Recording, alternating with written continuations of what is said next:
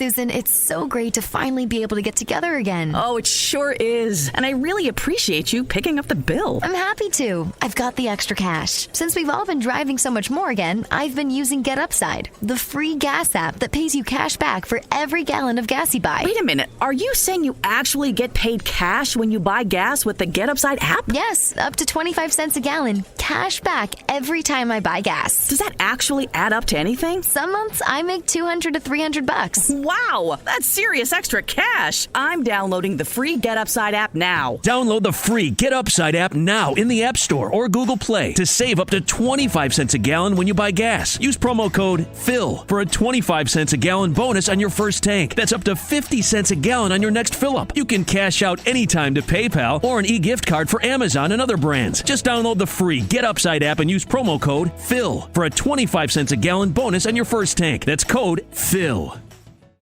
Welcome to the Boneyard with Steve Robertson. As always, I am your good friend and host, Steve Robertson. On the Maroon Friday edition of the Yard, hope things are well with you wherever you are today. I'm a little tired, a little bit. Took the evening off, went down to the Brandon Amphitheater. If you have not been to that venue, you are missing out. That is a great place to watch live music. It was great. Saw so many of you down there too. Want to thank everybody that came up and said hello. Appreciate your support of the Boneyard and of genespage.com. A lot of people excited about Dogpile. It's been great. If you haven't ordered your copies of Dogpile, go to Dogpile the book. That's D-A-W-G, Pile the book. If you want them personalized, there is a notes section for you to kind of include your signing instructions. But all pre-orders will be signed. You're not just going to get a book. You're going to get a signed copy of the book, if that means anything to you. And that's exciting, right? While you're there, you can get copies of Flim Flam, Stark Villains, and Alpha Dogs, if you so desire. So check that out. And if you're looking for Blooms of Oleander, it's not going to be on that website. But I want to thank everybody that's bought that book. It's done really, really well, much better than I expected. A lot of people asked me and said, hey, Steve, what would you consider success? And I said, well, if we sold, 500 copies, I'd probably be happy of that book. That's a lot, that's a lot less than we sell with the other ones. But we've exceeded that. And so it's exceeded my expectations. And it was just a little bit of a side venture. And appreciate your support of me and of the work that I've done. But I do believe Dogpile is the best thing that I've written. Oh, let me think. I think it's 336 pages. It's the longest book I've written. It's probably the most important thing I've written. I know many of you are excited to have it. We'll have it out for Christmas. Waiting on the actual delivery date. Worked hard to get that thing out to ensure we can get it out for Christmas. I know many of you want to be able to have it under the tree. But again, that's dogpilethebook.com. And if you're looking for Stark Villains gear, and every time I wear a Stark Villain shirt, somebody asks me where to get them. Real simple. StarkVillains.com. That's where you go. But last night was great. It was great. I had never seen Three Doors Down in person. They were great. They are Mississippi's best band. I mean, they really are. One of you guys reached out to me after I did the top 10 list for Three Doors Down and said, hey, Steve, you kind of made a mistake here. And that happens a lot. And that's okay. I don't take those things personally. It said, hey, you didn't put Landing in London on your list. They performed it live last night, and I got to tell you, that's one of the best Three Doors Down songs. There's no question. I mean, you all know the hits, right? That is a great song. And Bob Seger is on that song. On the album version, you can go to Apple Music right now and listen to that song, Landing in London, and it is absolutely beautiful. It is a beautiful song with an amazing message.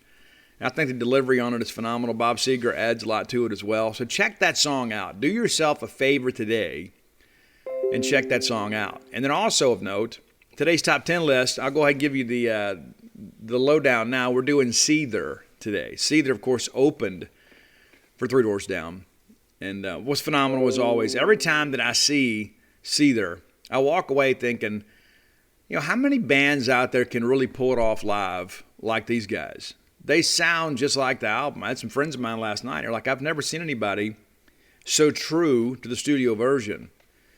But Seether's phenomenal. One of the things I'll share with you, too, that Three Doors Down shared last night, the song Be Like That was a huge, huge hit for them. And, it's about following your dreams and thinking, if that was me, if I was in that situation, what would I do?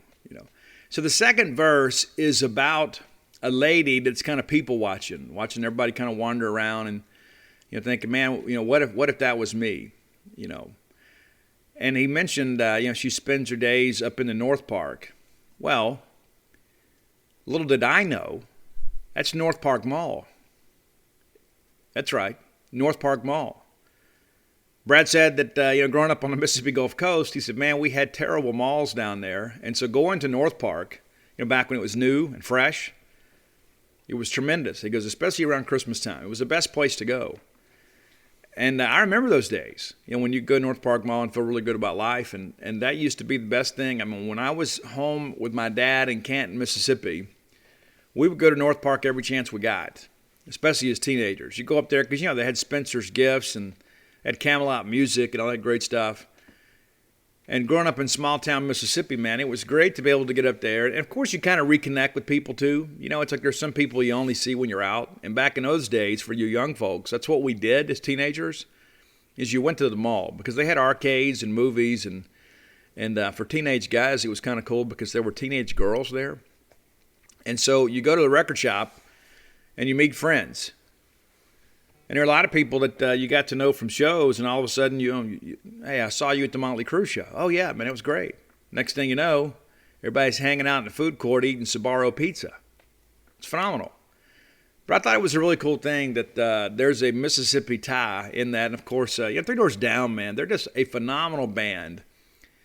And it's a 20-year anniversary. They're doing a 20-year anniversary tour of the first album. And they played it in its entirety last night. And, of course, with their quality performance, every song sounded like a single. Every one of them, you think, man, why didn't they release this? That's how great that album is. They've had some big hits since then, too. Go check those guys out. Here's the thing, too. I had so many people, too. So my buddy Sam Denton and I, we go to shows, and it's great because a lot of times I want to go to shows, and I'll forget who's coming to town, or I'll be so busy chasing Mississippi State news that I don't know. And Sam will say, hey, let's go to this. Let's go to that. And I'm like, yeah, let's do it. I'll make it work. Let's go. And so we're on the front row last night, and I had some people during the intermission said, hey, Steve, I saw you down there up front banging your head having a good time. I don't know why else you go to a show. For me, it's the place where I kind of lose myself and find myself at the same time. And I know many of you kind of feel like that I do. I mean, it's almost like reconnecting with the tribe. Reconnecting with the mothership. Kind of reminds me, too, why I work so hard and put up with all the nonsense that I do. Is sometimes you got to go have a good time. Sometimes you got to let your hair down, swing it around a little bit. And I'm going to be honest with you guys, too. I'm up on that barricade, and I'm representing you, too. I'm out there having a great time, and to borrow a phrase, you want me on that wall. You need me on that wall. I mean, who else do you want up there, right? Do you want the guy up there that got dragged to a show by his girlfriend that knows one song and he's got his hair cut up to his ears and he's thinking, when are they going to play Freebird? Nah, you don't want that guy up there. That guy needs to be in the nosebleeds. You need me up there. I'm up there providing energy, having a good time. I met so many people, and that's one of the things I love about shows too, is you meet all these people that are there that you would never meet otherwise. And that's the thing too, is there wasn't any Mississippi State or Ole Miss stuff, even though there were some people, of course, wearing their college regalia last night. But, when you're down front like that, everybody's a family. Everybody just kind of looks out for each other. And everybody had a great time. Met some good Bulldog fans down there. Just so happened they were right next to us, and so it was kind of cool too. So because in between, before the show and intermission stuff, we could all talk about, Mississippi State football or whatever. But it's one of those places too where it's kind of a unifying thing. That's a great thing about music, is that we can all go and, despite our differences, enjoy a great time. So let me encourage you, as always, get out and go enjoy live music. Go support the bands that come to Mississippi. That's one of the things that when I was younger, we had a show every month. There was a major concert every month when I was a teenager. Either you were going to Biloxi or you were going to Jackson, or you might even go to Starkville. There was always a show, and it's not like that anymore. And one of the reasons why is because a lot of people don't go anymore. They just assume stay home. It's different for me. I want to go. And anytime there's a major show, if unless I'm out of town, I'm going to go. You'd be like, oh, Steve, I saw you down front at Faster Pussycat. I saw you down front at Great White, at Dockin. That's right, you did. Because that's what I enjoy. And so I enjoy supporting the bands that have provided such great music and a soundtrack for living for me. And I encourage you to get out and do the same. And you know what? You might not like the music that I like. I don't care. I don't care if you're going to see, Eric Church or Chris Stapleton or Reba McEntire, whatever, Florida Georgia Line, whatever you want to do. Get out and go see it. I know when Kool and the Gang played the State Fair in Jackson several years ago, I couldn't wait. You get there and it's Kool and the Gang. They're legends, man. You kidding me? So get out and go. Enjoy yourself. Take a little bit of a break, man. It's like there's so much in life, too, that pulls on us and drags us down. And next thing you know, we kind of forget that, there's still a little kid in us. We can get out there and kind of enjoy having a little fun. So go do that. I'd like to thank our good friends at Bulldog Burger Company for all they do to feed the hungry folks of Mississippi. Many of you guys have said, you know what, Steve, I didn't know much about Bulldog Burger Company until I started listening to the show. Now it's a regular stop for us. That's exciting, good stuff. You owe it to yourself to go to Bulldog Burger Company. I've shared with you guys many times. There are a lot of times you go somewhere to eat and you don't always get what you pay for. That's not the case at Bulldog Burger Company. You're going to get a very substantial meal. Chances are you're not going to finish it. You're going to bring some stuff home, and either you will have it for lunch or your dogs will be happy you went out to eat. Very, very, very generous portions. And this day and time, there are very few places you can go to get more than you paid for. That's what you get at Bulldog Burger Company. 3 great locations, the original, the flagship, right here on University Drive in Stark Vegas, Gloucester Street there in Tupelo. And the baby, the brand new one, Lake Harbor Drive in Ridgeland, still getting great reviews there. I just had somebody just yesterday that went to the show that while they were down there decided to go by and enjoy the delicious cuisine of Bulldog Burger Company. Love the place. Have the spring rolls. They will make you and everyone around you better looking. We all need more of that. We do. And some of you have been eating spring rolls, I tell, because you've gotten better looking. It's true. Find your own favorites. Have the Pimentology ad bacon. That's my favorite. And I don't even like pimento and cheese sandwiches, but I love the Pimentology hamburger. It's great. I'd like to think it's one of the more popular selections now because of our discussions about it here on the show. You owe it to yourself because it'll put some hair on your chest. It really will. That is a serious hamburger. It's a great restaurant quality burger, but if you're not in the mood for a burger, there's more Bulldog Burger Company to choose from. Have the sweet heat chicken sandwich.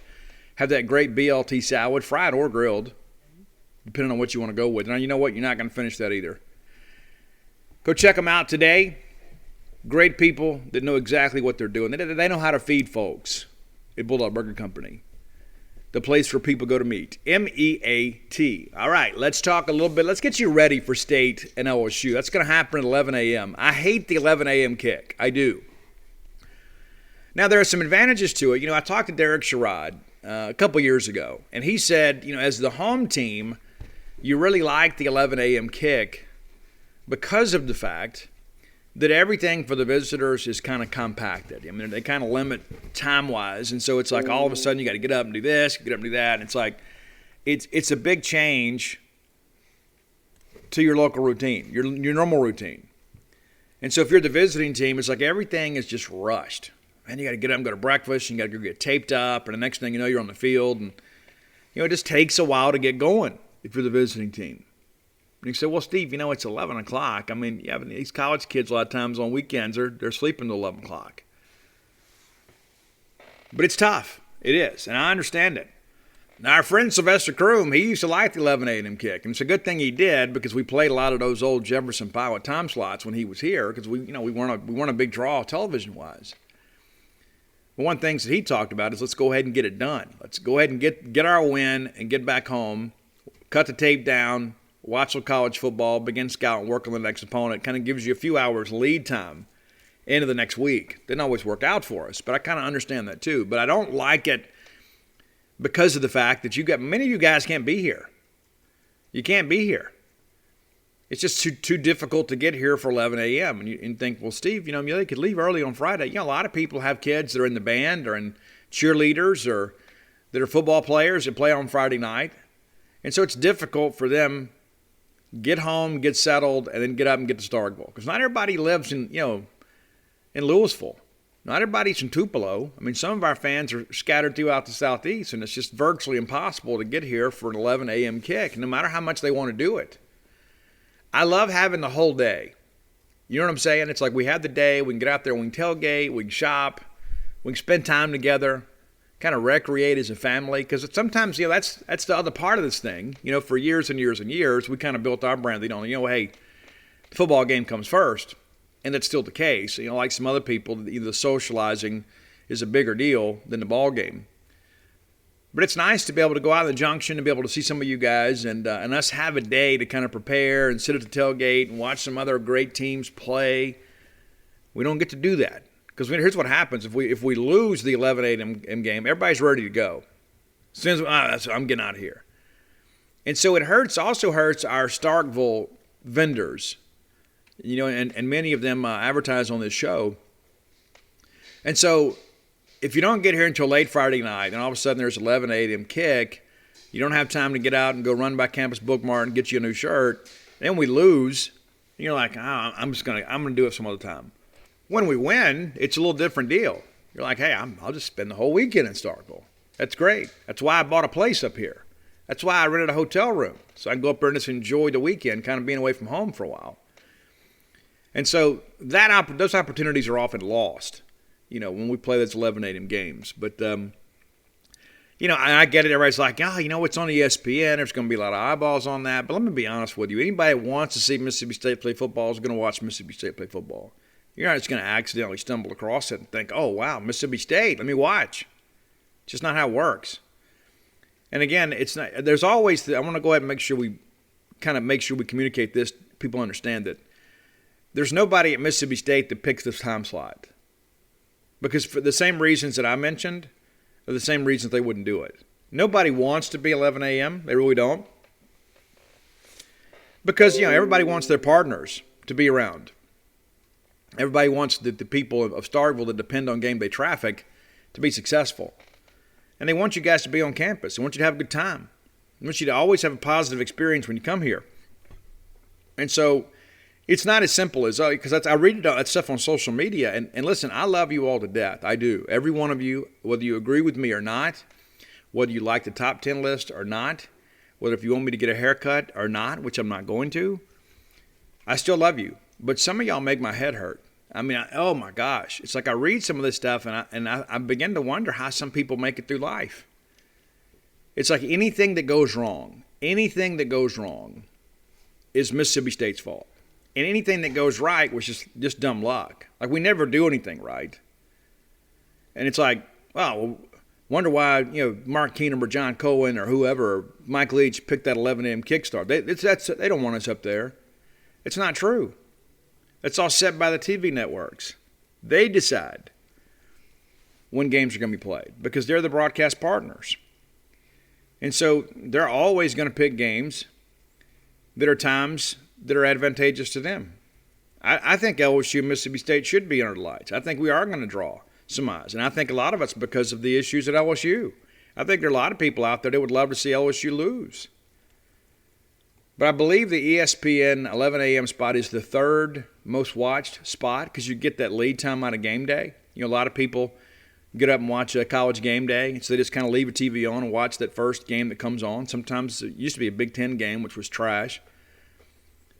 But so we're there. So there's going to be some TV eyes on us. But I would love to be watching this game in person at night because I know you guys enjoy it too. Now, the college football fan in me is thinking, hey, we have the 11 a.m. kick.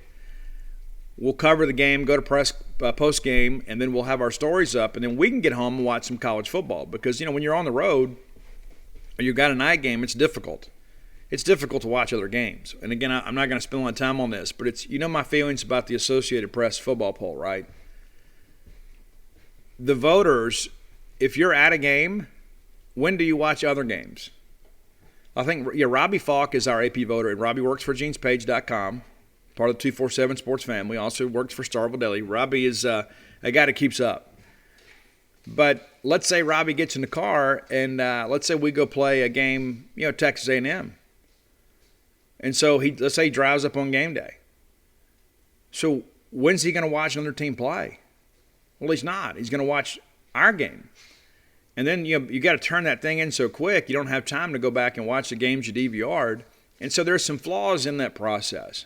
And that's the AP poll is just the AP poll now. It no longer picks a national champion. But, it's kind of the point that I make about all that is that there are a lot of people that vote in these polls that just don't have an informed opinion because, the job itself kind of precludes them from doing that.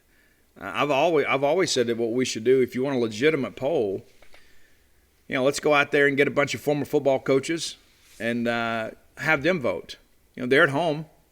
They can sit around and watch football all weekend and then go intelligently vote on who's who.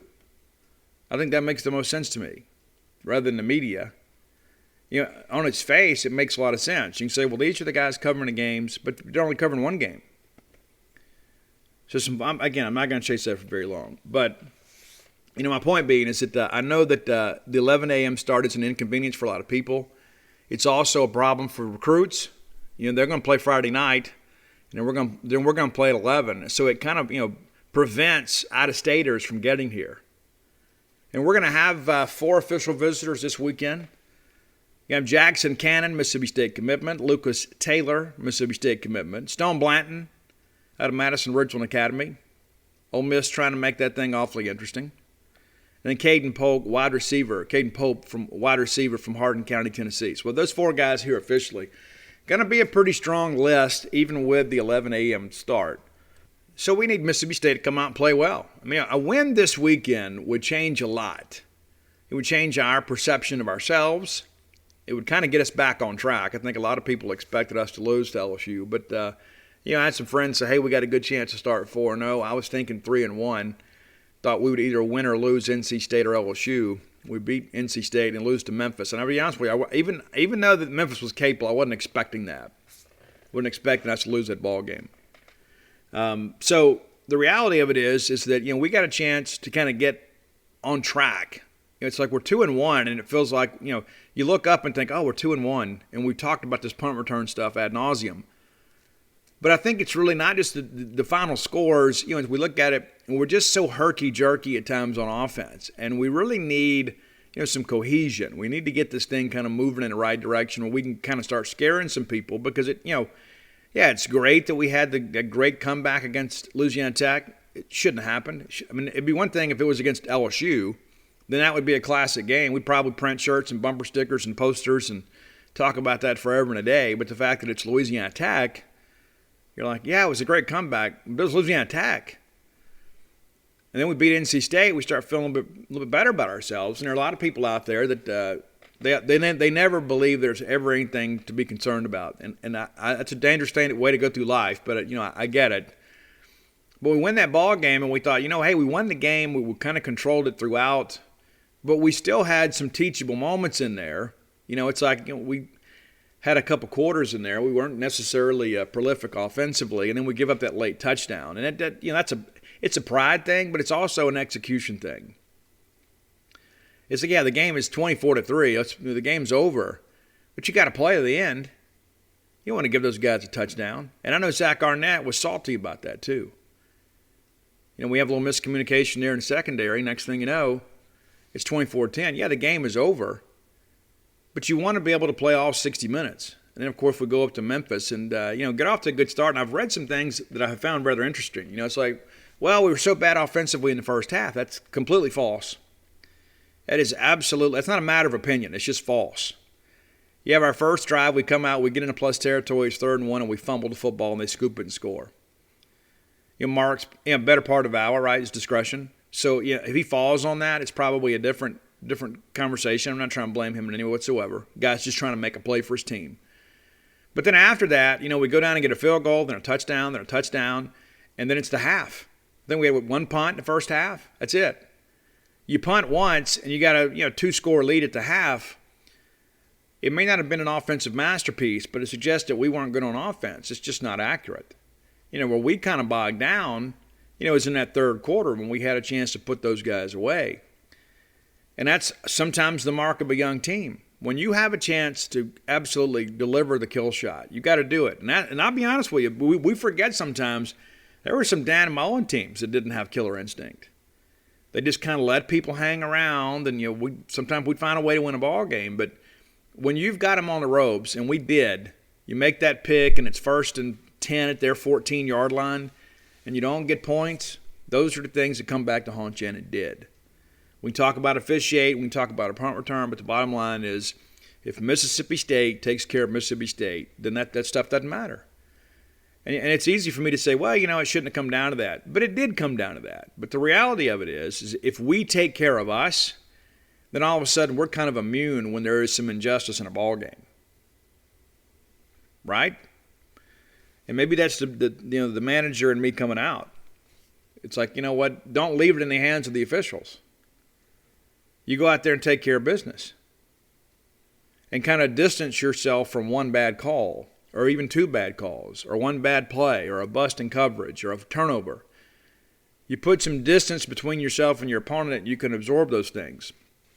This weekend's going to be much different. Playing a very talented LSU team.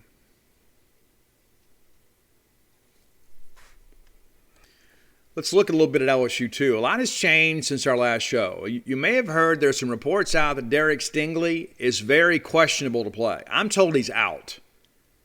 I'm told he's out of the ball game for the 2nd straight year. Now, this is one of the top cornerbacks in the country. He will be a first-round draft pick. He's been phenomenal. Now, he had that great freshman year, and he's been kind of up and down with injuries. And they said, well, it's the same injury he had in camp. I've got this unofficially.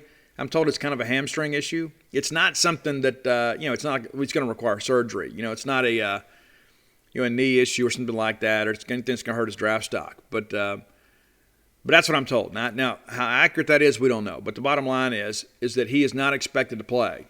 And if he does play, just try to give it a go, he's not going to be 100%.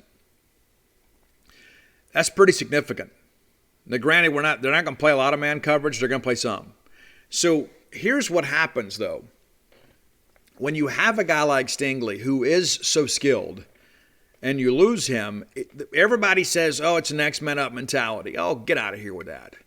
If the next man was as good as Derek Stingley, he'd be playing. There's this trickle-down effect in an LSU secondary that really has had some issues, especially in the middle of the field.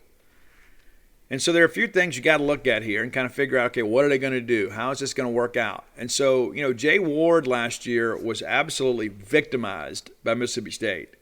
They have moved him back to safety, and there is some talk that perhaps he could play corner. I don't think that's the case. I think they'll go with Dwight McLaughlin, and he's a guy just coming back from injury himself, played against Central Michigan.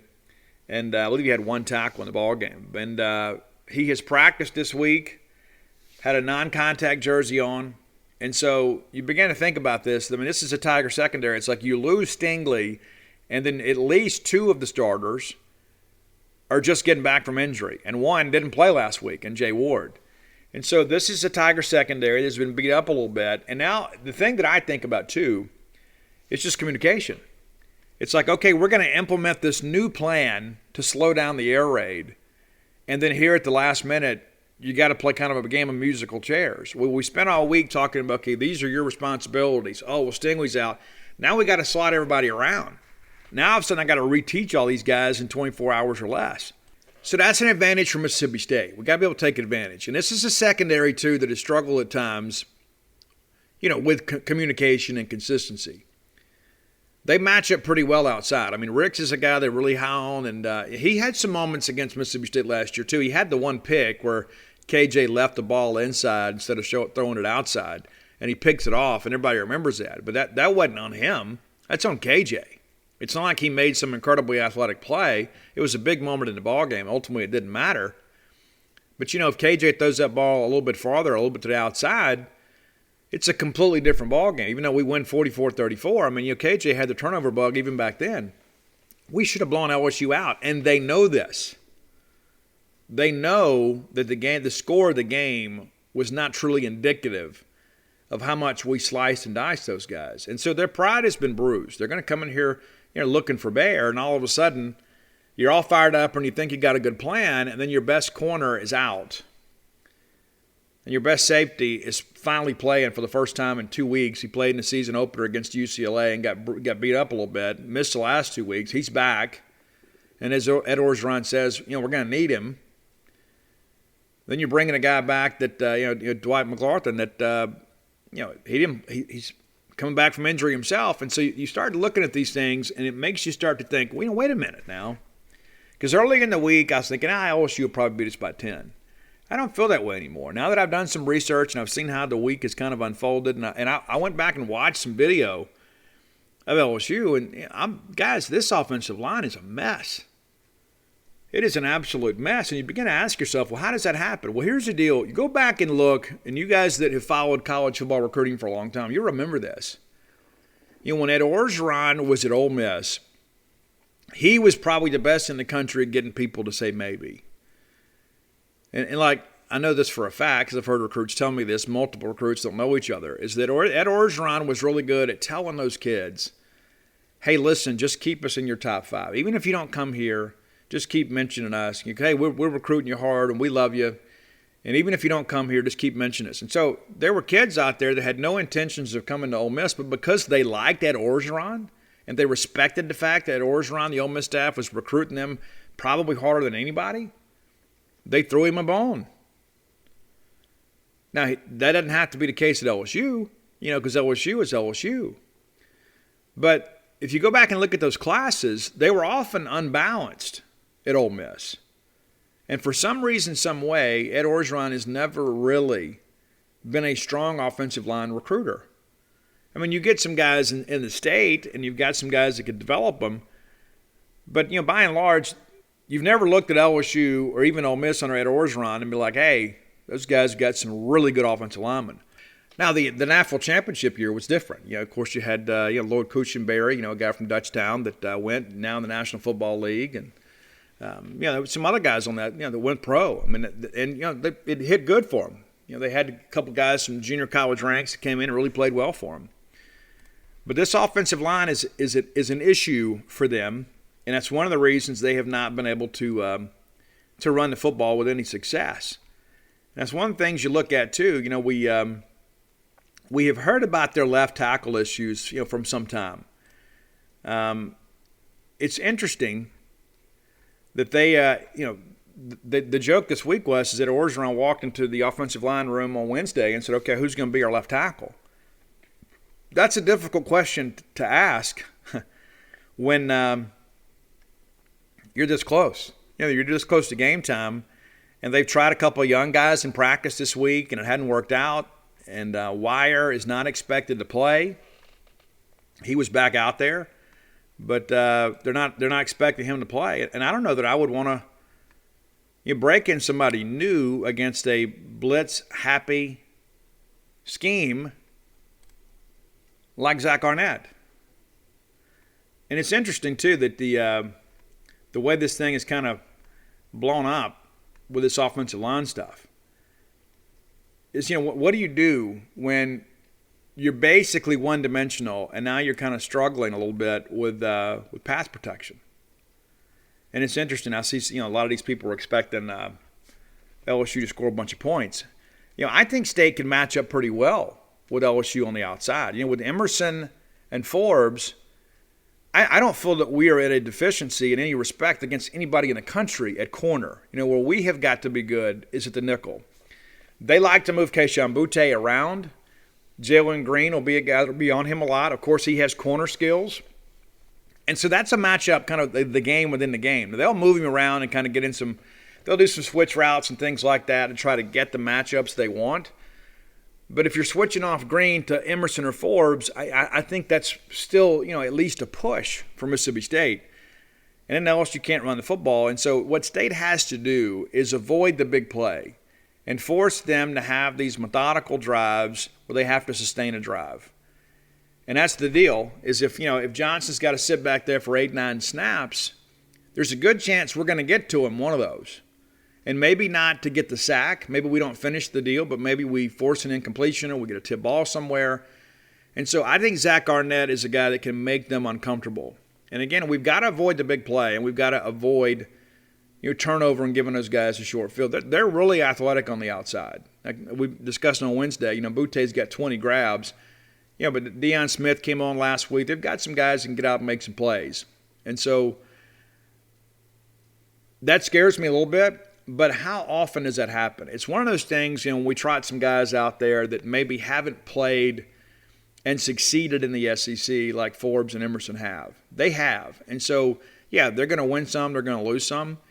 But we've had some guys in the past that just get picked on because they, truly weren't SEC guys. We have 2 SEC guys at corner. Now, I really believe the first quarter is going to be huge, huge. I'm going to go ahead and say it right now. If Mississippi State wins the first quarter, we're going to win the football game. If we lose the first quarter, we still may win the football game. But I believe we get the big start, get the crowd into it, I think we're going to win the game. There's another reason that I say that. I've still got a lot of friends down there in Baton Rouge. They want to come out and start strong. They want to come punch us in the mouth, get the crowd out of it. That's typical. But Ed Orgeron, this loss to Mississippi State has kind of stuck in the craw now for a year. Because I think in their minds they're thinking, it's just Mississippi State. Now, he says a lot of good things in the media. He also said a lot of things about Alabama, and then he went and dropped a bunch of F-bombs in the locker room. And again, I don't hold that against him. It's a guy trying to celebrate with his team. I get it. I understand it. But I also understand, too, that Orgeron is a guy that will speak to the media, and basically it's a lot of coach speak. It really is. Now, he's very forthcoming on injuries, which I think is rather interesting. Mike Leach is not. Mike's like, nope, not going to talk about him. And I don't think that's just necessarily about protecting players either. I just think Mike doesn't want to lay down any excuses. It's like, hey, we've got this issue, and you know what? We've got to overcome it. We still got to go play the ball game. And so we're not going to talk about injuries. And again, I think it's a twofold issue. We protect the player's privacy at the same time, too. We're not tipping off the opponent. And I guess the third thing is that we're not making any excuses for ourselves. But I do like the matchup better today than I did on Monday. I really do. Now, I think Ed Orgeron's going to have a lot of pressure on him. I think that they got to come out and play well. A lot of people have said, Ed Orgeron needs a win. We talked last week, if they struggled against Central Michigan and lose to Mississippi State, you might see a dead man walking. I think that's the case anyway. I don't think Ed Orgeron survives. I mean, barring, maybe going 9-10 wins this year, which I don't think is going to happen. But I think that this is a guy that is going to come out here, and I'm not saying he's coaching for his job, but I think he's coaching to kind of turn the heat down on his seat. And I like Coach O. I think Coach O is good for college football. I didn't like him when he was at Ole Miss, because he was, signing all the best players in the state. He couldn't win with them, and I think that's really the issue. I think you've got a phenomenal recruiter and a guy that's really not a great football coach, probably a great defensive line coach. And he's done more of the CEO approach, but then, of course, as people leave his program, he's gotten more engaged and more involved, and I think that's actually a good thing for Mississippi State, because I think Ed is probably better served in that CEO role rather than the more of the hands-on approach. So, again, we survived the first quarter. I think we win the game. They're going to dial up some shots and try to hit a big play early. It's a high-risk reward situation. And let's say they dial up one and throw it deep and we pick it off, and all of a sudden the cowbells are clanging and we go down and score. It could be a fun day. Wish it was a fun night, but I'm not going to belabor the point. Let's get into today's top 10 list, brought to you by closewithblair.com. Many of you have considered, listen, hey, I need to buy a house. I don't know how. It's an intimidating process. Work with a mortgage professional like Blair Chandler. In the top 1% in close ratio in the industry, not the state, not the district, not Rankin County, nationally. Top 1% nationally. Visit him at closewithblair.com. That's B-L-A-I-R, closewithblair.com. Find out about what's available to you. And many of you thought, you know what, Steve, it's never going to happen for me. I've tried before. Listen, there's not a loan out there that Blair hadn't seen. You may be an atypical, maybe be a non-conforming borrower, as they say. Blair can put a plan together for you and help you get off that hamster wheel of renting. Rates are going to go up at some point. Take advantage of being down now. You want to be able to leave something to your family, right? I mean, you don't want your kids to have to go to some apartment someday or some rental house and get all the stuff out of there within 30 days because you've never really got anything to show for your money. Invest in your future and your family's legacy by buying a home. If you don't know how to get a hold of Blair, let me help you with that.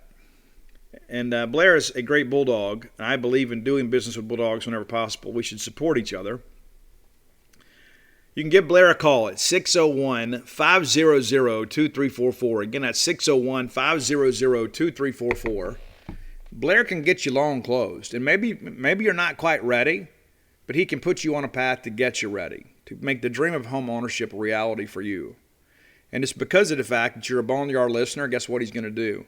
If you just mention that you're a Boneyard listener and say, hey, Blair, I hear your ads on the Boneyard all the time, whether you text him or call him or email him or Sky Paint, I don't know. You mentioned to him that you're a Boneyard listener, he's going to pay for your appraisal. That's a great incentive. There are a lot of people out there that want your business. Blair's proven it. Go to closeatblair.com and again mention the Boneyard and get your appraisal paid for, which is a $300 value. Okay, let's talk Seether. Again, they were great. It's one of those things, too. Yeah, when I start putting these top 10 lists together, sometimes I struggle a little bit on the back end of the list. I kind of got to, this is a deep track that I really like, and I don't know if people are going to like it. And so there are sometimes you find 6, 7, 8 good songs, and you're like, oh, well, how do I round out the list? That's not the case with Seether. There are probably about 25 songs I could put on this list. I was I think I put the first wheel on the bandwagon among my circle of friends for the band Seether. I saw them at Rocklahoma a couple years ago for the first time. They were phenomenal. It was the best performance of the weekend. They were so great. They sounded so close to the album. And then I see them last night, and I'm thinking, no, that wasn't the exception. That's the rule. These guys are just pros, man. These guys bring it. It's phenomenal. So here are a couple honorable mentions that didn't make the list. Gasoline, which they opened with last night, and then Breakdown. Now, Breakdown, the rumors are that song's about Amy Lee from Evanescence, and we'll talk about her a little bit later in the show, or in the list. But Sean from Seether was dating Amy Lee for a while, and they recorded a very, very powerful ballad together, a duet. And then they broke up, and rumor is the song Breakdown is about Amy Lee of Evanescence. So maybe go check that out too. All right, number 10, Let You Down. And that was Poison the Parish album. And that was the first tour I guess I saw those guys on. Let You Down, probably the best song on that album. The album is really solid. It's not one of their best albums. It is a really good album, though. I think you'll enjoy that one. Going back a few years, number 9, Fine Again. There are other times, that's the thing about Seethers is, I can move these songs around, and I don't know that people would really argue because the catalog is so solid. But Fine Again is a great tune. Number 8 off the Isolate and Medicate album, which I think in many respects is the best Seether album. I think there is a lot of depth in the album, a lot of variety in the songs on that album. There's a couple of hits, but the deeper tracks are not filler by any stretch. I think it's a very, very complete album. Nobody Praying for Me. That's your song.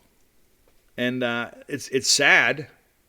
It's a sad song. But, at some point we've all felt, down in the dumps. And that's kind of what this one's about. Number 7, also going back a few years, it's Same Damn Life.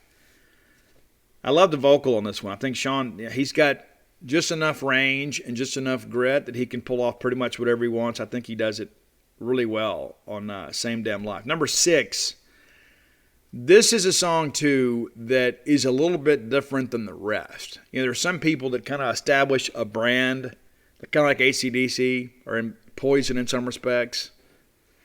Can't believe I compared AC/DC and Poison. But you understand what I'm saying. It's like you hear it and you kind of know who they are. This song is a little bit different than anything else they've done. It's Words as Weapons. And I absolutely love the production value on this song. I love the lyrics. I love the percussion on it. It sounds great in a car. So when you listen to this list and Words as Weapons come on, just kind of turn the volume up a little bit. You'll be glad you did. Speaking of diversity in the catalog, now they played this last night, and considering that we were in Rankin County, it seems apropos. It's country song. And I tell you what, they played this on Sirius Octane. Oh my gosh, it was like once an hour when this song dropped, because it was kind of playful and it still rocks, but it's a little different. And so country song is one I think everybody knows. I know everybody was singing along last night, at least pretending to. Now, when we get into the top 4 here, I think most people would agree these are the top 4 Seether songs. You may disagree with the order, but I think these are the best Seether songs. Number 4 is Fake It. That's one, maybe you don't want to listen to with the kids in the car, but it absolutely rocks. Oh, I love that song so much. Number 3, this is The Ballad with Amy Lee. And lyrically, this is just absolutely a gorgeous song. It's beautiful. Her part on it is phenomenal. You guys know how I feel about Amy Lee. I think she is, even though that she's from Arkansas, it's like she's from a different time. It's almost like they took her from like the Victorian era, and then like she got in the time machine with Bill and Ted, and then now here she is. I mean, she's this gothic beauty with this this vocal range that is just next level. Incredible. But it's the song. Do you find that you've got less time to do the things you really want to do? Maybe you don't have time to run to the store and put together a great gourmet meal for the family. Well, our friends at HelloFresh are here to help you. Fall is very, very busy. The kids are back in school. There's lots of activities. Not to mention sometimes you just don't feel like going and dealing with the hustle and bustle of the supermarket. Allow our friends at HelloFresh to take care of you. HelloFresh's family-friendly menu is a big win for back-to-school season with easy, delicious recipes for drama-free dinners. We all want more of that. They offer 50 menu and market items to choose from every single week. From vegetarian meals and calorie-smart choices to extra-special gourmet options, there's something for everybody in the family. Recipes are designed and tested by professional chefs and nutritional experts to ensure deliciousness and simplicity. All right, so here's the deal. I have tried all of these, home delivery kits, and I'll be honest with you, HelloFresh is exactly what they mean. The name is not just some catchy marketing campaign. It is HelloFresh, delivered right to your door. Because I believe in its product, I've partnered with these folks, and I'll be honest with you, we're going to share a promo code for you to help you get involved, let's just say. Go to HelloFresh.com/Boneyard14. What's a Boneyard for? Boneyard is for you. The 14 is for free meals. Again, that's HelloFresh.com/Boneyard and the number 14, Boneyard14. For up to 14 free meals, including free shipping. You can't do better than that. Again, HelloFresh.com/Boneyard14. Hi, it's John Taffer from Bar Rescue. Did you know the second building in America was a tavern? When I built my new restaurant franchise concept, Taffer's Tavern, I thought back to the roots of what makes a tavern, timeless character, all while delivering an unbelievably delicious food and beverage experience. That paired with my 40-plus years in the industry provides a clear roadmap to success. Do you have what it takes to be a Taffer's Tavern franchisee?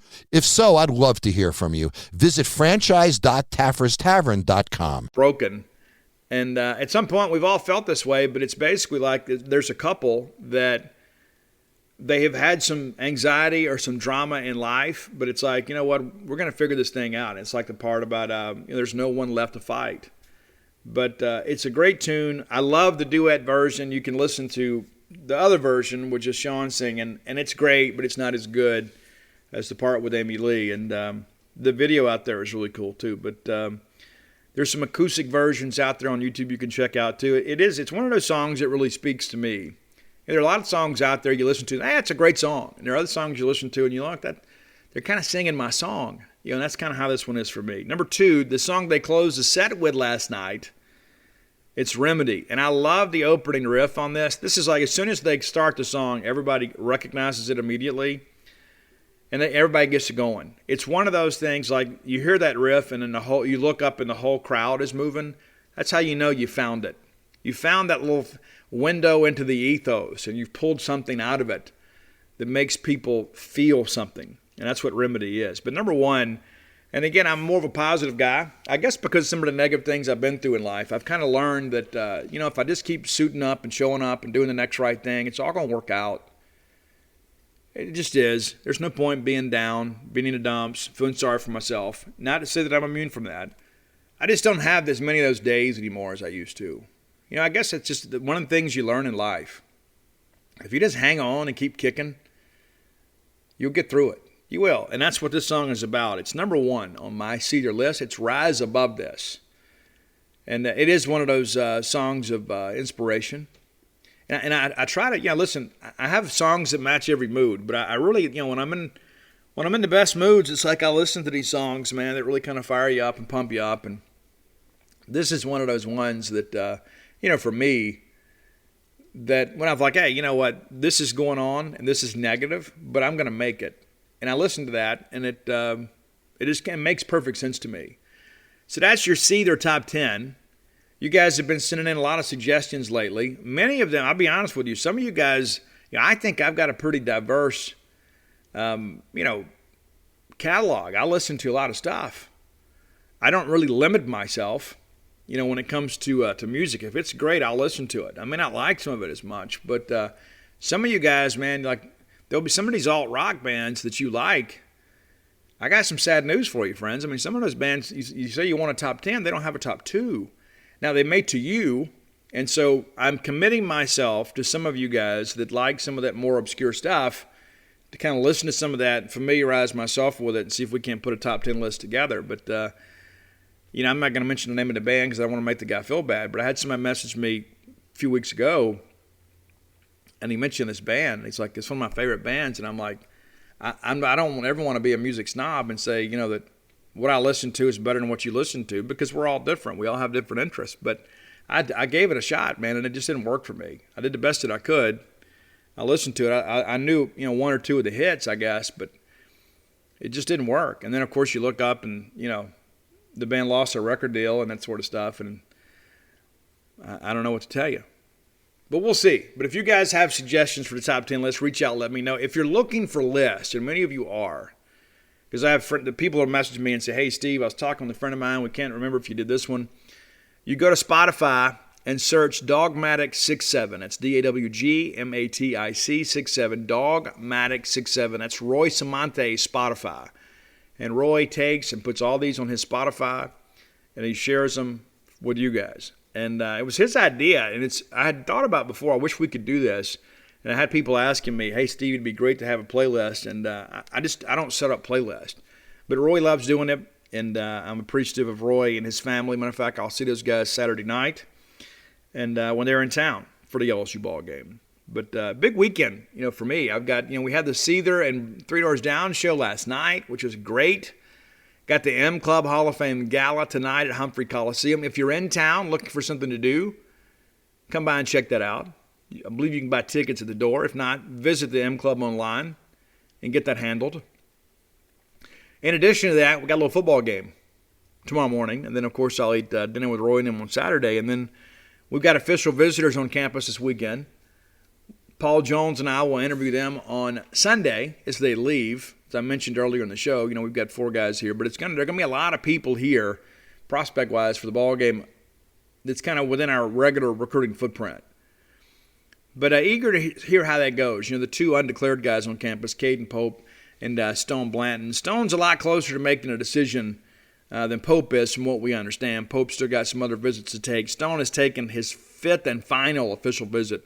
I still believe it's Mississippi State. I know that there has been some juice as of late on the Ole Miss side of things, and you expect there to be a little bit of a bump after an official visit. I mean, if not, you didn't do a good job, right? So I'm not the least bit surprised that all of a sudden there's some Ole Miss optimism after the visit. And they've had some up and down stuff too. They're like, oh, well, this isn't going to happen, or we felt good about it. Now this guy's talking, So, State's got to come in here and do a good job this weekend. And it's interesting, too. There are a lot of people that all of a sudden have become experts on, on Stone Blanton after they basically didn't do anything with him, for months, and just kind of conceded him to Mississippi State. And they're like, oh, yeah, well, Mississippi State took him for granted. It just wasn't true. Absolutely not true. Stone Blanton understands that he is a priority to Mississippi State. Zach Arnett has been recruiting him personally. But the bottom line is Stone Blanton is a priority to the Mississippi State staff. I think that he's a guy, too, that understands that he's got a chance to legitimately play both sports here and play at a high level and not just be a pinch runner or a defensive, replacement late in the ball game that maybe he would be somewhere else. He'll be given a chance to compete here, just as Brad Cumbas was, and as Sawyer Robertson will. So we'll see how it works. But the bottom line is, it's in-state recruiting. And one thing that I'll say, too, that I want to make sure that I address this, because sometimes a lot of people just kind of jump on, the kind of the lazy excuse. It's like, oh, how are they involved in all this? There must be money involved. Guys, there's nothing like that going on with Stone Blanton. Now, listen, I'm going to be honest with you. Yeah, there's some people out there at times that target some of these kids, especially those in need, because they feel like that they are easy targets. Yeah, that happens. It's like, I can't tell you how many times I've heard the story. It's all you need to do this for your mom. Your mom's always been there for you. You remember all those nights it's been you and your mom and your brothers and your sisters or whatever, and you saw your mom struggle, and so you need to do something for her. If you don't think those conversations happen, you're kidding yourself. They do all the time. That's not the case with Stone Blanton. So let's not go back to the whole greatest hits Ole Miss thing and say, oh well, just because they're involved, there must be some malfeasance. I mean, this is a guy that's got Ole Miss people in his family, so he is making a legitimate decision, gathering his all information. And I'll be honest with you, I've been told throughout the process, especially the second half of it, hey, he's going to be a Bulldog. He's going to Mississippi State, going to Mississippi State, going to Mississippi State, and heard that from people that have direct knowledge of the situation. Now, that said, when you get down to the end, you start taking official visits, I mean, there's going to be some ebb and flow with things. So the bottom line is State needs to go out there and have a great visit with him this weekend. Chris Simonis and the staff, they're going to be involved too. Stone's going to be around. That's one thing, too, about that 11 a.m. ball game. He'll get 2 nights, right? He'll get here Friday night and have a chance to be out there with the guys, tonight or Friday night, I guess, and then of course Saturday evening. You get a chance to go out there and see some of the baseball players too. And I've had some people question, oh, well, can baseball talk to him while he's here? They absolutely can. He's a guest of the university. So, I believe TA is in town. I believe that's right. I know Brad Cumbas is. And, Brad's a guy, obviously, that connects pretty well with Mississippi guys. And he can also explain how the whole two-sport athlete thing works. And here's the thing, too, that I would like to suggest, and it's not even a matter of opinion, it is a fact. So Ole Miss baseball has had, a couple guys go up there and play a little bit, and which has been great. I mean, truly it has. It's been great. But only Mississippi State has had a two-sport athlete win the national championship. Right? Not to mention, Brad Cumbas became the full-time starter in left field and not a part-time starter in right field like a former quarterback at Ole Miss. And so, again, it's like all things being equal, Mississippi State's better. Just are. Mississippi State is better than Ole Miss. I don't know how much we can explain it. Now, that doesn't mean that every kid in the state is going to come to Mississippi State over Ole Miss, which they should. But it doesn't mean they're going to. Sometimes they just like the other guys better. And Blanton comes from a house that's kind of divided too. I mean, you got some State folks in the family and you got some Ole Miss folks in the family. And so it's not like, even though he grew up a lifelong Bulldog, it's not like that he has been totally immune from positive news about Ole Miss throughout his life.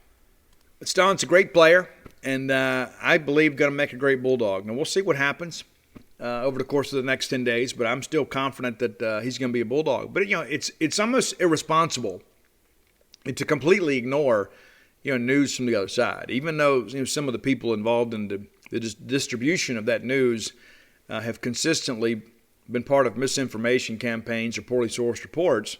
It still makes a blip on the radar. You still take a look at that and say, hey, we need to pay attention to this.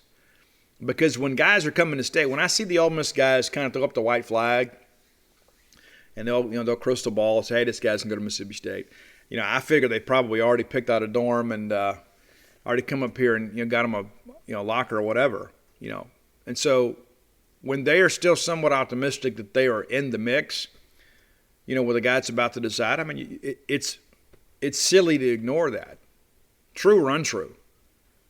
And I remember last year, it's so funny. I remember in the days leading up to signing day, I think I was the only person saying that I was worried that MJ Daniels was going to flip to Ole Miss.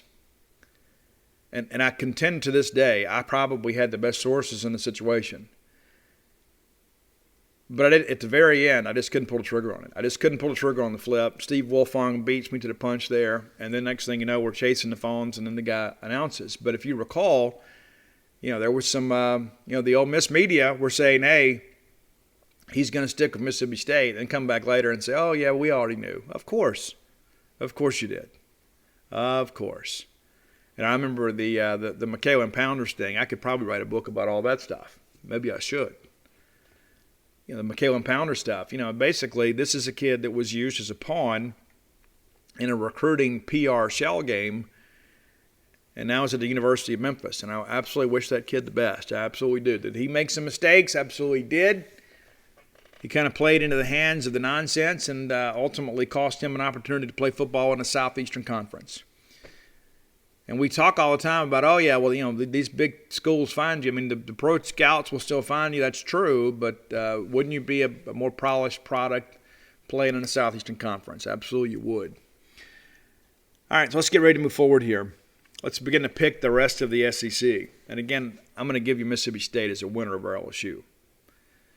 I might feel silly tomorrow about 2 o'clock. I think State's going to find a way to win this ball game. Next segment of the show brought to you by CampusBookmart.net. Stand man, Miss Kathy Brown, lovely, talented Susie. They would love to see your smiling face this weekend because their faces will be smiling as well. Miss Pam Minyard's there too. Great friend of mine. Think a lot of her for sure. You go by and see them and get service with a smile. And it's one of those things too. It's like, I want to do business with people that are good business people. And when you've been in business as long as Campus Bookmart, you can have some confidence in knowing that there is some staying power there. You're going to develop relationships there. Stan the man is your friend. Stan's not going anywhere. Stan's Bulldog. It's a Starkville guy. Go by and check them out. If you can't make it to town, visit them on the World Wide Web, courtesy of Al Gore's Internet, at campusbookmart.net. And by being a loyal Boneyard listener, we'll give you a phrase that pays, because that's what we do here. We save you a little money. Just by listening to the show, you can save some money in life. Use promo code BSR, which stands for Beautiful Steve Robertson, and that'll get you free shipping on all orders over $50. Any order less than $50, absolutely incomplete. Again, that's campusbookmart.net, promo code BSR. Which reminds me, if you are in town this weekend, I'll be signing books downtown at the sister store, Bookmart and Cafe, from 11 to 3 on Sunday. Not during the game on Saturday. I'll be at the game. But on Sundays, if you're hanging out, come by and get signed copies of the first 4 books. I'll be there, for a few hours hanging out, and we'll have a good time. Again, that's Bookmart and Cafe downtown. Okay, so let's look at the rest of the weekend. I don't like the schedule a whole lot because there's some games on here that I think are kind of gross, but there are some interesting matchups. All right, so let's start, the other 11, I guess there's 3 11 a.m. games, and it just blows my mind. It's like we got a lot of SEC play this weekend, and we're going to pack 3 games, 2 of them SEC head-to-head games, in the 11 a.m. slot. It is so stupid. It's stupid. I can't believe some of these decisions get made sometimes by TV networks. So Georgia at Vanderbilt, that's your SEC network game. Georgia will steamroll Vanderbilt. They've got this offensive thing worked out. Georgia, arguably one of the best defenses in the country. Vanderbilt, not. Vanderbilt, one of the worst teams in the Power 5. Georgia will show the difference between number 1 and number 14 in the SEC this weekend in spades. Of course, LSU and Mississippi State already picked that one. I'm going with Mississippi State at home. Missouri at Boston College. You guys know I'm kind of a closet Missouri fan. And I didn't like this matchup initially But then Boston College has lost their starting quarterback, presumably for the year. So because of that, I thought it was going to be a close ball game. Anyway, I'm going to go with Mizzou on the road against BC, playing a backup quarterback. I really like this Mizzou team. I really do. I think they'll be a solid bowl team. I really do. I'm kind of glad we're not playing them this year. A&M at Arkansas. This is one of those pick-em games. And it's like maybe we'll get home for the second half of this. It's a CBS game. I like A&M in some respects. I don't think they're very good offensively. I think their defense is overrated. I think they are very much overrated as a top 10 team. And I think this is what happens when you start looking at records. It's like, oh, well, they had that great team last year, and Jim Bowie's recruited so well, so they'll just keep rolling. But it was a complete unknown at quarterback. I mean, you just have absolutely no idea. So to expect the train to keep rolling after you're replacing a 4-year starter with a brand new guy is a little bit naive.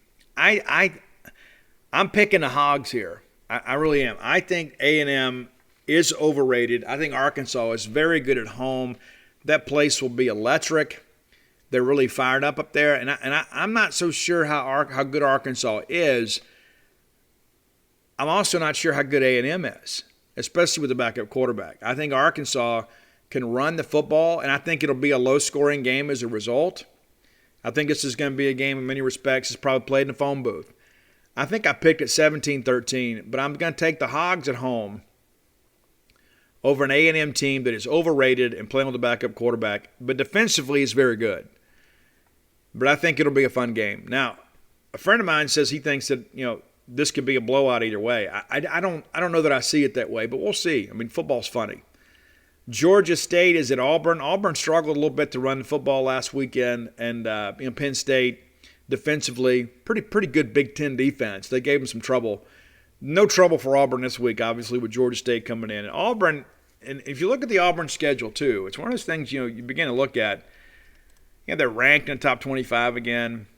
Probably fair, but that's probably a helmet sticker pick. You know what I'm saying? But if you go back and look here, they have played Akron, Alabama State, then they lose to Penn State, who was the number 10 team, the only quality team they played, and then they get Georgia State. This team is not ready for SEC play.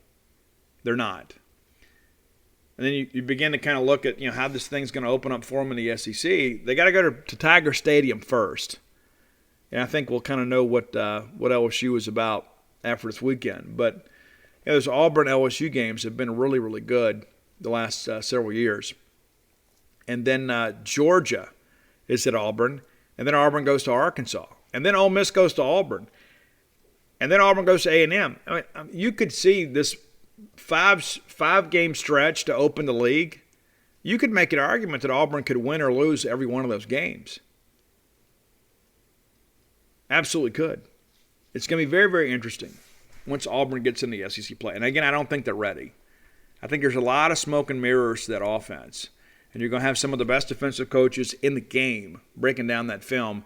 And by the time they get a couple weeks into the SEC schedule, I think a lot of things that worked against Alabama State will be scrapped out of the playbook.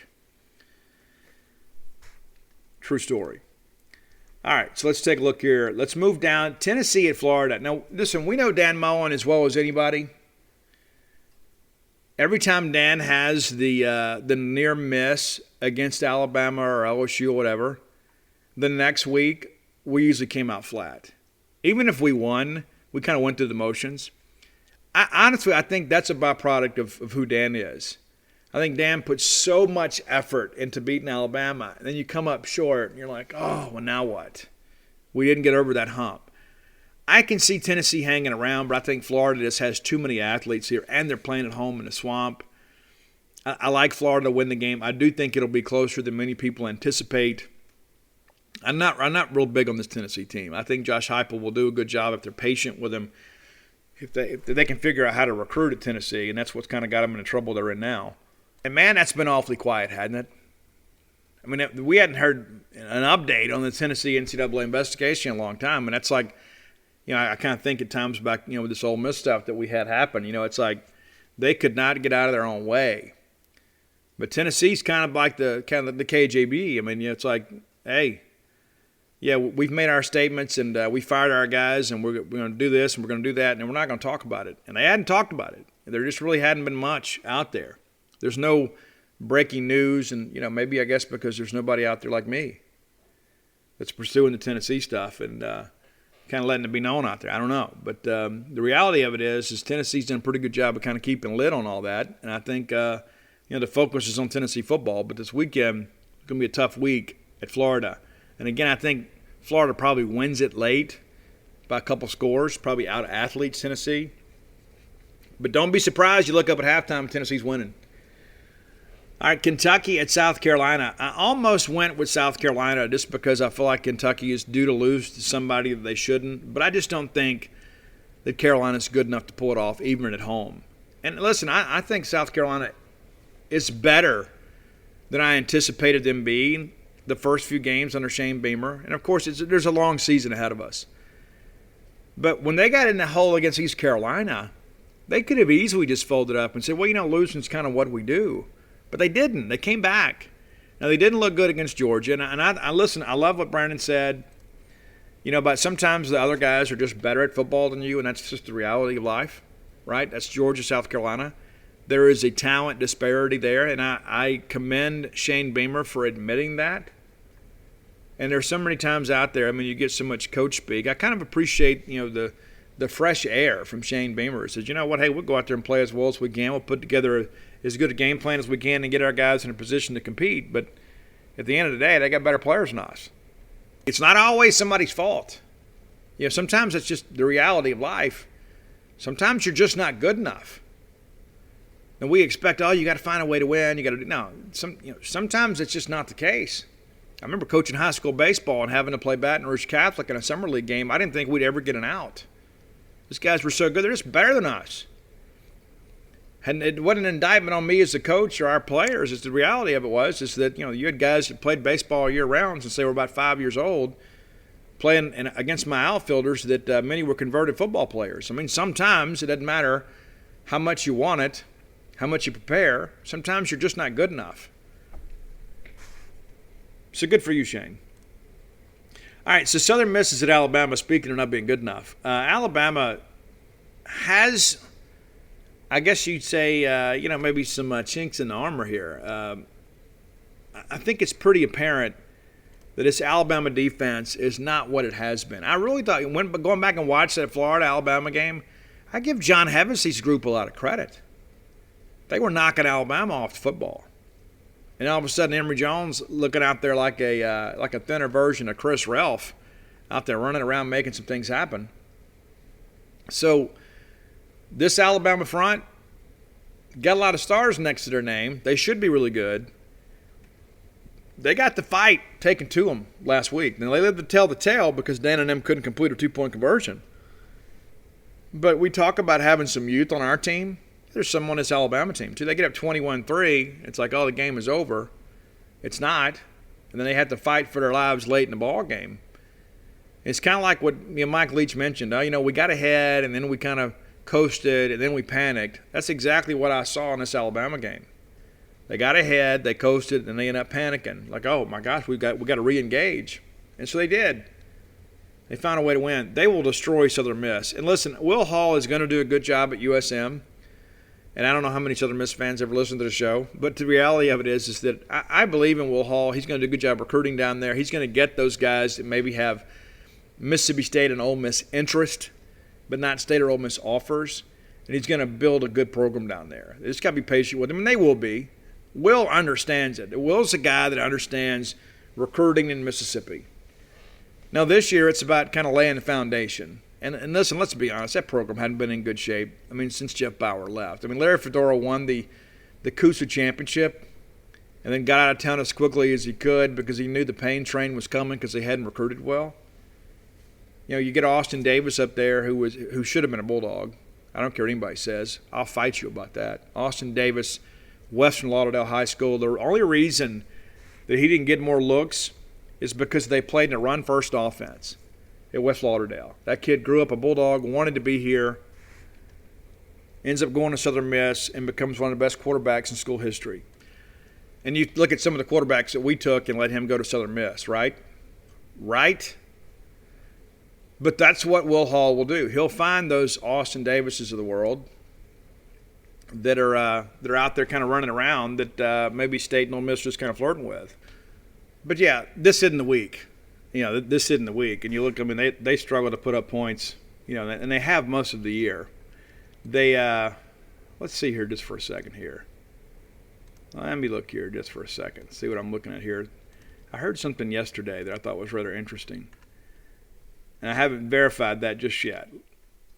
But I hear that there's a couple of Southern Miss guys that are going to be here this weekend at Mississippi State. A couple of guys that are committed there that State's kind of been in contact with. And they made commitments to Southern Miss. Good job by Will Hall and those guys getting them. But that's always going to be the issue if you're at Southern Miss. If State or Ole Miss come back late, you're kind of going to be treading water there because it's going to be difficult to compete against the chance to play in the Southeastern Conference. So, yeah, there's a couple of guys I'm told yesterday they're committed to Southern Miss. They're expected to be here this weekend. The State hadn't offered yet, but there is discussions about that happening if they continue to progress this year as game tape begins to kind of roll in.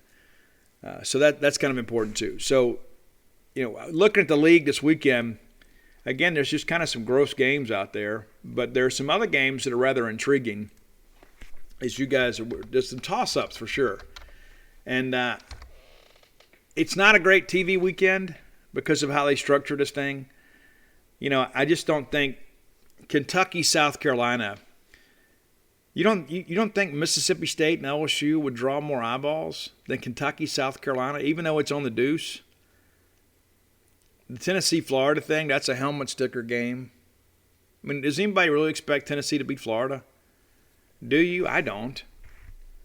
I don't think there's much question about that. And that's, you remember when that used to be the game of the SEC, right? When Spurrier and Fulmer were there, it was like, oh my gosh, the winner of the Tennessee-Florida game always won the East, and in many years won the SEC. But that was the game. Riedel Anthony and all those guys. I mean, those are big-time names. I mean, it's like you go back and you look at all that, and Jacquez Green, there were so many guys involved in those games that, that's what created the whole thing about, Spurrier saying you can't spell Florida citrus without UT, But Florida has dominated this series. Oh, my gosh, it's so bad. It's 30-20 now. And here, I'm gonna shake your moneymaker right here, right? Since 2004, and remember these teams play annually because they're both in the SEC Eastern Division. Since 2004, Tennessee's won once. One time. This used to be the rivalry in the SEC East. And you can run it down. I mean, it is just absolutely crazy to look how this thing has gone. So Florida's won 4 in a row. The last Tennessee win was in 2016. That's 38-28. Before that, 1, 2, 3, 4, 5, 6, 7, 8, 9, 10, 11 in a row. So Florida has won 14 of 15 against Tennessee. That's the difference in the schedule. That's a difference in the series. It's their most recent 15 years. Tennessee dominated this series in the beginning. That's back in the early days in the infancy of college football. Florida got their first win in 54 and then played Tennessee in the Gator Bowl in 69. They won that one. And the next thing you know, everybody's playing a little more regularly in the SEC. And then Florida began to kind of get in there and kind of win as much as they lost. But the luster off what was once a great rivalry, is gone. And the same can be said about the Tennessee-Alabama rivalry, which is a complete joke. And my feelings about the about the stupid, third Saturday in October nonsense. Nobody cares about that. It's just stupid. Nobody cares. I can get fired about that in a second. Oh, but Steve, you don't understand. No, you don't understand. No, nobody wants to watch that football game except for Alabama and Tennessee fans. Nobody cares. It's not the game of the year anymore. And it hadn't been that way for a long time. Well, we don't want to move from tradition. Guys, here's the new tradition. Alabama owns Tennessee. 14 straight. 14 straight. And these games have not been competitive by and large. I'm going to run these down for you real quick and we're going to move on. Guys, 48-17, 35-13, 58-21, 45-7, 49-10. Oh, we've got a close one, 19-14. 34-20, 45-10, 44-13, 37-6, 41-10. Oh, another close one, 12-10. I believe that's the famous Rocky Block game, right? When Cody blocked the punt or the field goal. 29-9, 41-17. So basically once a decade, Tennessee is competitive with Alabama. But we're going to hold the whole conference hostage for that. It's so stupid. I continue to hear that the new scheduling rotation is a lot closer to what is more beneficial to Mississippi State. And so, we talked about the pod system, that sort of stuff, and a lot of people are kind of picking the pods, like this. Well, let me throw this idea at you. What if we just had, instead of having like divisions, what if we just had 3 permanent opponents? And so instead of us having to play the other 6 teams in the West, and then a couple teams from the East, in addition to Kentucky, to put a schedule together. What if we had 3 permanent SEC opponents, and then everybody else rotated? And you know what that would do over the course of 4 years? It would give every student-athlete the opportunity to play in every SEC venue. That's a pretty cool – that's a nice perk. I mean, it really is. I mean, you look at the way the schedule rotation works now. I mean, we talk, Missouri's been in the league now, forever and a day, and we've only played them twice on the football field. That's just not right. There's a lot of student athletes too. I mean, it's just like, you begin to look at all this stuff. They're part of the SEC, but they don't get a chance to go play in some of the most hallowed venues in our sport. And so, obviously, we would stick with Ole Miss. And we'd have somebody from the East, let's say Kentucky. And then, you know what? Hey, maybe you give us Alabama, LSU. And then so I get out of a situation where I have to play Alabama, LSU, Auburn, and A&M every year. You kidding me? Well, yeah, I'll take that. And then we rotate around. And so one year there's a chance that I may get, Kentucky, Vanderbilt, Ole Miss, and Missouri on the schedule. And I don't know that I would be opposed to having Missouri as our permanent opponent. Because Kentucky's got it better the last couple of years. We used to dominate that thing, and we've lost the last 3 trips to Lexington. So I like what I'm hearing about it. We'll see how things progress. I just don't think the pod thing is going to be passed. I don't. But we'll see. There's a lot of things that go on behind the scenes. But the SEC schedule rotation is going to change. And I think in many respects it is going to change in Mississippi State's favor. And I know that some other people have written articles and have their hot takes based on these hypothetical pods and that sort of stuff and what they think might happen. Oh, Mississippi State's going to, I actually think if we get out of playing, murderer's row of the SEC West every year, I think it's good for our program. I do. We all know even though the East is getting better, the East is not anywhere close to being as good as the West. Who would you rather play every year? Vanderbilt, Missouri, Kentucky, South Carolina on that side. Are you kidding me? Of course, yeah, let me play those guys. Because who on the West is comparable? So if we have a chance to rotate and play those teams, I think it makes good sense for us. I hope that's the proposal that passes. But don't just go ahead and buy into, this pod thing is done. The pod thing is not done. There's still a lot of discussion to go. We still got a few years to figure all this stuff out. But the rotation is going to change. We're going to go to non-conference games. I've heard that consistently. We are going to go to non-conference games. I don't know how I feel about that at this point, but I think if we go to non-conference games, then we've got to drop the Power 5 mandate. Because if we got to play non-conference games and another Power 5 team, it's going to be really tough for us to get to a bowl game consistently. Because what if we do get the rotation, we get Alabama, Florida, Tennessee, Georgia, and then we got to pick up a Power 5 team. You kind of understand my point there. And so if we go to non-conference games, you drop the Power 5 mandate so you can play 9 because then, of course, your 9th game is a Power 5 school within your conference, which works better regionally. And then we don't end up having to go to Arizona and Minnesota. But the rest of that story is then you get 3 non-conference games at home, which ensures that you get a 7-game schedule. That's how that would work, right? Because you got non-conference games. The years that you only have 4 home SEC games, you're going to need those 3 non-conference games, and it doesn't need to be a Power 5 because you could be a situation where if the rotation falls funny, you have 6 or less home games. It's just not going to work out well for us. And so that's what's got to happen. I look forward to hearing the final proposals. I look forward to hearing how this thing passes. But rest assured that the football scheduling model within the SEC is about to change. Final segment of the show brought to you by the fine folks with Portico. You guys know where it is. You've heard me talk about it many times. You may have even gone by and checked it out. If you haven't, you should. You turn off of 82 onto 12, take the very first right, which is Pat Station Road. That'll take you over Old West Point Road. I mean, we're just talking a matter of, eighth of a mile.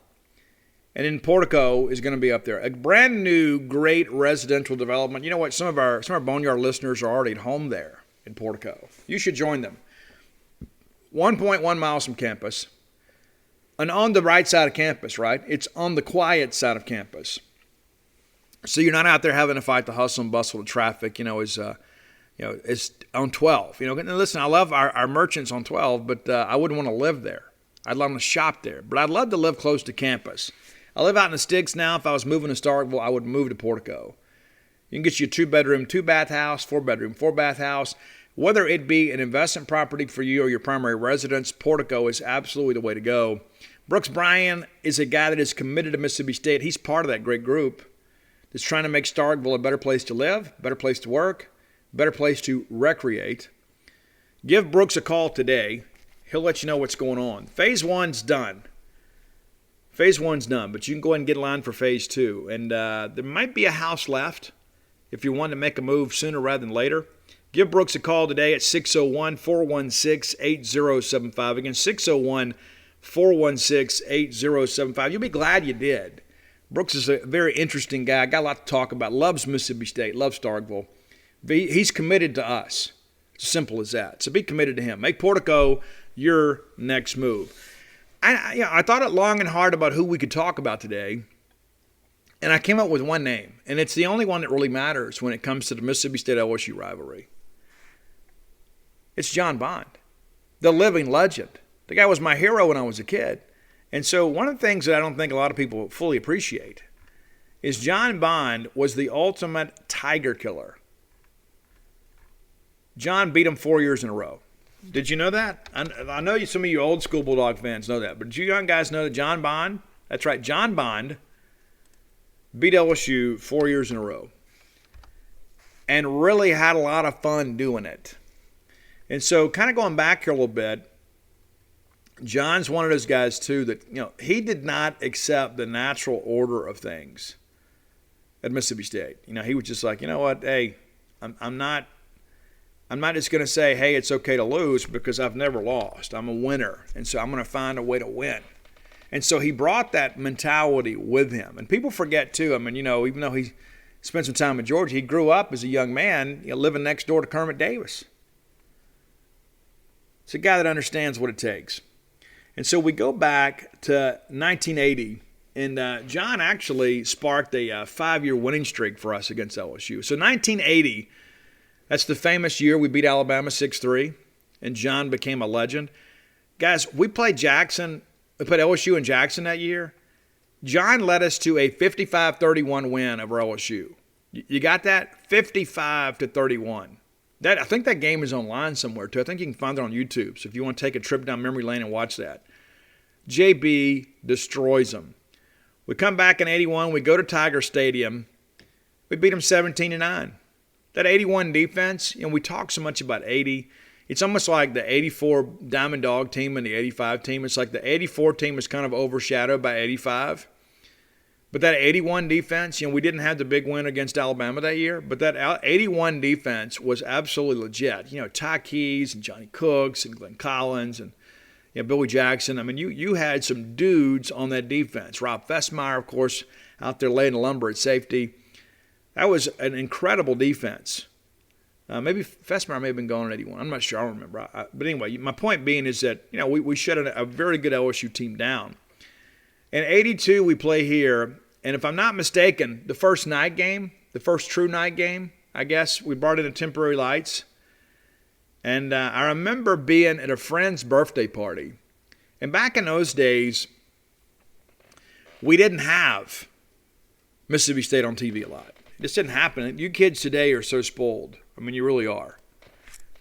You can watch Mississippi State when you want to. You can watch Mississippi State on your phone. We had to come watch Mississippi State play in person. Maybe once a year we'd be on TV. I remember watching it whenever the highlights would come on TV. You know what I'm saying? Like when you were a kid on WDAM or JTV or wherever. You were always just so happy to just get a glimpse of your team. Well, this one was on TV, and I was at a birthday party, and all the kids were glued to the TV because it was such a big deal that Mississippi State was on TV. And then we won the game. 27-24, Dana Moore, if I'm not mistaken. Dana Moore makes the big field goal there to win. And then in 83, we go back to Baton Rouge, and then JB routs those boys again, 45-26. And, of course, JB was gone, but we win in 84 as well. So we'd beat LSU 5 years in a row. It had kind of become commonplace for us. But here is a story about John Bond and LSU that many of you don't know. And that's what you tune in for, right? It's like, yeah, Steve, I can look up the stats. I know the records. Come on, man. Here's a story you don't know. So years ago, John Bond and I had a conversation. I interviewed John for a piece that I was writing. And I've been so incredibly blessed to have a friendship with John Bond. And, you know, we don't hang out, but John will take my call.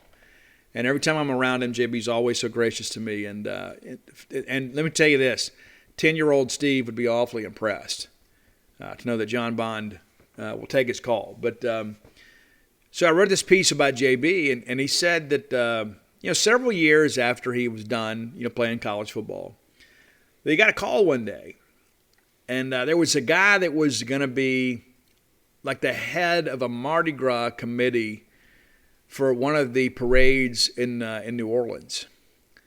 And so the guy was a Tulane grad, and he absolutely despises LSU.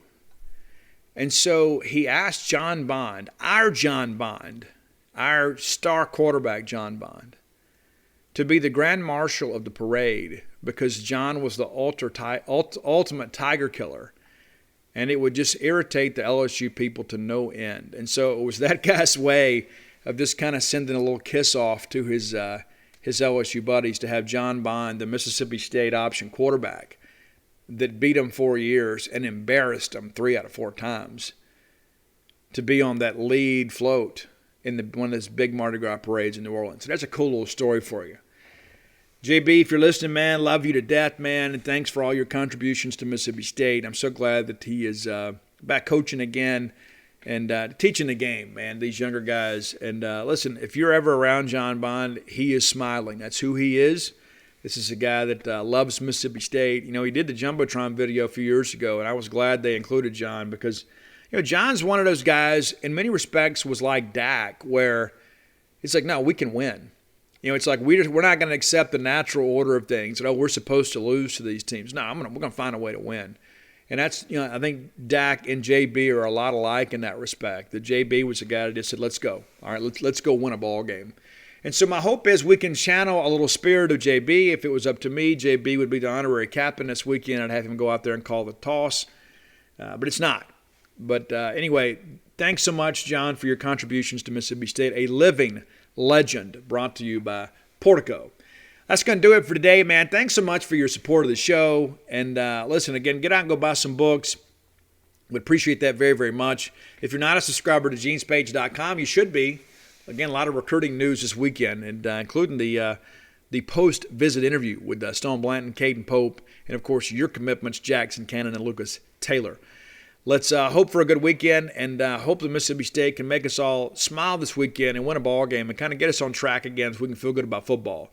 But until next time, let's all live our lives in a way we make more friends than enemies, and people can see a difference in the way we live. Susan, it's so great to finally be able to get together again. Oh, it sure is. And I really appreciate you picking up the bill. I'm happy to. I've got the extra cash. Since we've all been driving so much more again, I've been using Get Upside, the free gas app that pays you cash back for every gallon of gas you buy. Wait a minute. Are you saying you actually get paid cash when you buy gas with the Get Upside app? Yes, up to 25 cents a gallon, cash back back every time I buy gas. Does that actually add up to anything? Some months I make $200 to $300. Wow, that's serious extra cash. I'm downloading the free Get Upside app now. Download the free Get Upside app now in the App Store or Google Play to save up to 25 cents a gallon when you buy gas. Use promo code PHIL for a 25 cents a gallon bonus on your first tank. That's up to 50 cents a gallon on your next fill-up. You can cash out anytime to PayPal or an e-gift card for Amazon and other brands. Just download the free Get Upside app and use promo code PHIL for a 25 cents a gallon bonus on your first tank. That's code PHIL.